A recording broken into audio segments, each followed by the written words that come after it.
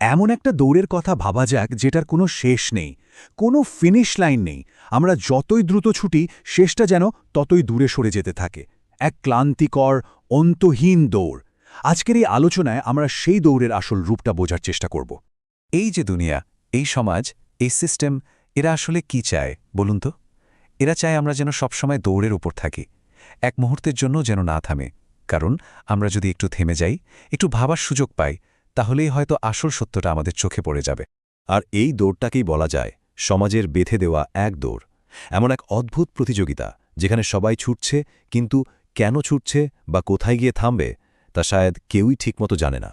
এই অবিরাম ছোটানোর পেছনে একটাই উদ্দেশ্য, একটাই, জীবনের আসল সত্য থেকে আমাদের মনোযোগটা পুরোপুরি সরিয়ে রাখা, আমাদের এমন এক ব্যস্ততার জালে আটকে ফেলা যেন সে পরম সত্য নিয়ে ভাবার কোনো ফুরসতি না মেলে। আচ্ছা, চলুন তাহলে একটু ভেঙেই বলা যাক এই দৌড়ের এক একটা ধাপ কেমন হয়। সমাজ আমাদের সামনে কিছু গোলপোস্ট দাঁড় করিয়ে দেয়, আর আমরা সেগুলোর পেছনে ছুটতে থাকি, একটা মরীচিকার মতো, একটা মায়াবী সন্তুষ্টির পেছনে। আমাদের দৌড়ের শুরুটা হয় এখান থেকেই, জীবনের প্রথম বড় লক্ষ্য। মনে হয় ব্যাস, এটাই সব, এটা পেলেই জীবনটা সফল। কিন্তু জিপিএ 5 পাওয়ার সেই আনন্দটাও কেমন ফিকে হয়ে যায় যখন ভালো একটা কলেজে ভর্তির চিন্তা মাথায় আসে। দৌড়ের নতুন একটা ধাপ তখন শুরু হয়ে যায়। ভালো কলেজে পড়ার গর্বও তো খুব বেশি দিন থাকে না, সেটা হারিয়ে যায় যদি ভালো একটা চাকরি না জোটে। প্রতিযোগিতা চলতেই থাকে একটার পর একটা। আর এই সব কিছুই কেমন অর্থহীন মনে হতে থাকে যদি স্যালারিটা মনের মতো না হয়, যদি পাশের বাসার কেউ আমার চেয়ে বেশি আয় করে। একটার পর একটা ধাপ যার কোনো শেষ নেই। এই স্লাইডের কথাটা খুব গুরুত্বপূর্ণ। এটাই দুনিয়ার আসল চরিত্র। আপনি যদি দুটো সোনার পাহাড়ও কারো সামনে এনে হাজির করেন, দেখবেন অভিযোগ আসবেই। বলা হবে, আরে বাম পাশেরটা তো ডান পাশেরটার চেয়ে একটু ছোট মনে হচ্ছে। এই দুনিয়া আর এর চাওয়া কোনোদিনও পূরণ হওয়ার নয়। আর এই অন্তহীন দৌড়ের গোলকধাঁধায় পড়ে আমরা আসল যে সত্যটা, সেটাই বেমালুম ভুলে যাই। সেই সত্য যা এই সব কিছুকে তুচ্ছ করে দেয়। তাহলে কি সেই সত্য? সত্যটা হলো সেই বাস্তবতা যা এই দুনিয়ার চাকচিক্য, এই ব্যস্ততা আমাদের কাছ থেকে আড়াল করে রাখতে চায়। এই সত্যের আসলে তিনটা মূল অংশ আছে। ১ নম্বর, এই জীবনে আমাদের আসার আসল উদ্দেশ্যটা কি? ২, একদিন তো আমাদের সবাইকে আমাদের রবের কাছেই ফিরে যেতে হবে।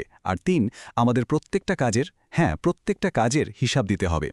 আর এই জায়গাটাতেই আমাদের একটু থামা দরকার, ভাবা দরকার। আমাদের কাঁধের ফেরেশতারা কিন্তু আমাদের জিপিএ বা কোন কলেজে পড়েছি বা কত টাকা স্যালারি পাই এসব কিছুই লিখছেন না। তারা শুধু আমাদের আমল, আমাদের নিয়ত, এগুলোই লিখে রাখছেন। এই দুনিয়াকে যদি কোনো কিছুর সাথে তুলনা করতে হয়, তবে সেটা হবে একটা পাগলা বুনো ঘোড়া, যার পেছনে ছোটা মানেই বিপদ ডেকে আনা। দেখুন, দুটো পথের পার্থক্যটা কত পরিষ্কার। একদিকে দুনিয়ার পেছনে ছোটা, যেটা অনেকটা ওই পাগলা ঘোড়ার পিছু নেওয়ার মতো। ওটা আপনাকে আছড়ে ফেলবেই, রক্তাক্ত করবে, ক্ষতবিক্ষত করে ছেড়ে দেবে। আর অন্যদিকে আছে আখিরাতের পথ। হ্যাঁ, এই পথটার জন্য প্রয়োজন ধৈর্যের, মানে সবরের। এর জন্য ঈমান আর আল্লাহর উপর ভরসা, মানে তাওয়াক্কুল দরকার। এটাই বুদ্ধিমানের পথ। তাহলে প্রশ্নটা হলো, এই অস্থিরতা থেকে মুক্তির পথ কি? আমাদের আসল শান্তিটা কোথায়? আমাদের প্রথমেই একটা জিনিস মেনে নিতে হবে, এই দুনিয়াতে এখানে কোনোদিনও স্থায়ী দুশ্চিন্তামুক্ত সুখ পাওয়া যাবে না। এটা সেই জায়গা না, আমরা এখানে সেটার জন্য আসিও নি। এই জীবনটা তো একটা পরীক্ষা। তাহলে আমাদের শান্তিটা কোথায়? কোথায় সেই চিরস্থায়ী, সেই নিশ্চিত জীবন? উত্তরটা একদম সহজ আর একদম পরিষ্কার। সেই শান্তি রাখা আছে আখিরাতে, জান্নাতে। আমাদের জীবনের আসল দৌড়টা তো হওয়া উচিত সেই ঠিকানার জন্যেই। আসুন আমরা সবাই দোয়া করি, আল্লাহ যেন আমাদের সেই দিনের জন্য কাজ করার, সেই দিনের জন্য ভাবার আর সেই দিনকে ভয় পাওয়ার তৌফিক দান। আমিন।